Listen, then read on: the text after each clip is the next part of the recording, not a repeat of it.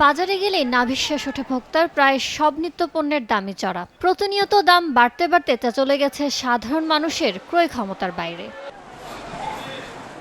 এমন পরিস্থিতিতে স্বস্তির কথা বলছে অর্থনৈতিক উপদেষ্টা সংস্থা অক্সফোর্ড ইকোনমিক্স। ২০২৪ সালে বিশ্ববাজারে খাদ্যের দাম কমে আসবে বলে পূর্বাভাস দিয়েছে সংস্থাটি। এক বিবৃতিতে তারা জানায়, চলতি বছর বৈশ্বিক খাদ্যমূল্য কমবে, ফলে খুচরা বাজারে খাদ্যপণ্যের দামও কমবে। খাবারের দাম কমার ক্ষেত্রে সবচেয়ে বড় ভূমিকা রাখবে গম ও ভুট্টার প্রচুর সরবরাহ থাকা, কেননা সাম্প্রতিক মাসগুলোয় ফসল দুটোর বাম্পার ফলন হয়েছে। এতে কমতির দিকে রয়েছে দাম। ফ্যাক্টসেটের তথ্য বলছে, বছর ব্যবধানে গমের দাম কমেছে 10% আর ভুট্টার 6%। ১, ২, ৩ ঢাকায় জমি জিতে নিন ১০০% ক্যাশব্যাক সহ ২০ কোটি টাকার পুরস্কার।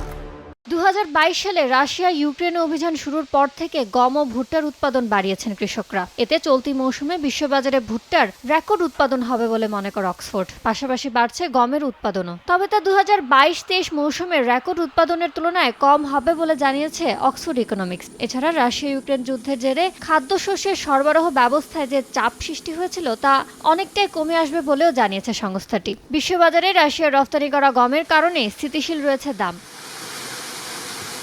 ইয়ানুর শিফাত, সময় সংবাদ।